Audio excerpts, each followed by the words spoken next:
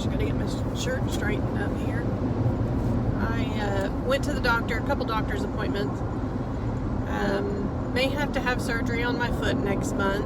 I've got some issues with my Achilles tendon and another tendon in there. I've had the surgery once before. It's not a piece of cake, but it's doable. You know, I can get through it. Pull my big girl britches on, as my mama says. But I went to the medical doctor because I couldn't figure out why I had no energy. I was so tired.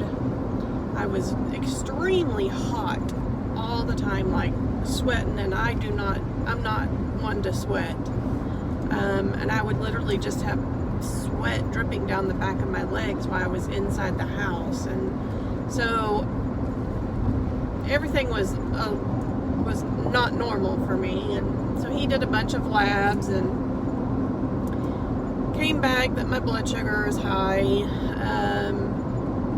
My A1C indicates I'm pre-diabetic, but my labs and my glucose level is 226. On the daily, it was around 199 because I took it for about 48 hours before I went to him to get my test results.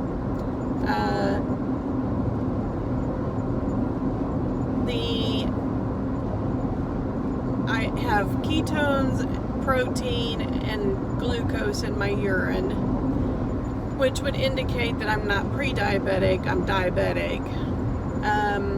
So he put me on a medication called metformin, 500 milligrams 2 times a day.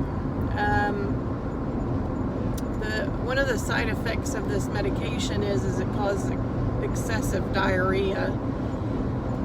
And I just decided that I'm not going to go that route. I'm going to try and diet and exercise. And so I've decided to go on a low-carb diet. I've been doing that for about 5 days now. I've managed to get my blood sugar down to an average of 124. So I'll go a little bit lower, but I also go a little higher, but it's averaging out to be, oh no, I'm sorry, it was 128 when I checked the average this morning. It was 128. So that would be more in the pre-diabetic range, but of course I'm not hardly eating carbs. I'm eating mostly meat and vegetables. I do incorporate a little bit of fruit, like strawberries, an apple. So I am incorporating a little bit of fruit, but I'm trying to keep the carbs extremely low. I would really like to treat this without medication, if at all possible. I just feel like, you know, if you're going to have diabetes and there's any way possible to keep it under control, then I think that, you know, you need to make the life change and you know, change your life and not just resort to medication. You know, I do have to take some medications for sleep. I have a really hard time with insomnia, you know, which is just something I've battled for years. And then I had a hysterectomy years ago, and I have to take hormones for the lack of that. But, you know, overall, I would prefer to treat something naturally than to treat something with a drug. So, like I said, I have not taken the metformin yet. I go back to the doctor a week from this Monday, and we'll go from there.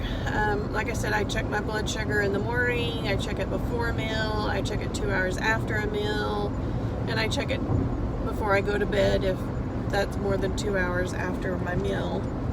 And like I said, I've gotten it down considerably, and you know, I personally am happy with an average of 128. I would think that the doctor would be as well without having any medications, because there's just such a range of what's okay. You know, someone will tell you 100 and somebody will tell you 120, and then somebody will tell you 130 is normal for a diabetic, etc., etc. So, like I said, I'm glad to have it lower. I was needing to shed a few pounds anyway, so this is not going to hurt me. But, you know, I want to live the best life that I can, and for as long as I can. You know, I was very depressed in the beginning because I kind of felt like, you know, I enjoy eating and I enjoy going out to eat and I enjoy those kinds of things. I enjoy having a good strawberry shortcake or, you know, a brownie or whatever. And my husband's birthday was yesterday and I did eat a brownie, you know, just a little size, nothing too big. 2 hours after I ate that, my blood sugar was only 131. I ate it with steak and salad and broccoli with cheese and all that. So, like I said, I kind of felt like, you know, I can still indulge without eating so much all the time. And so, you know, instead of grabbing a bag of chips, I'll just grab an apple or a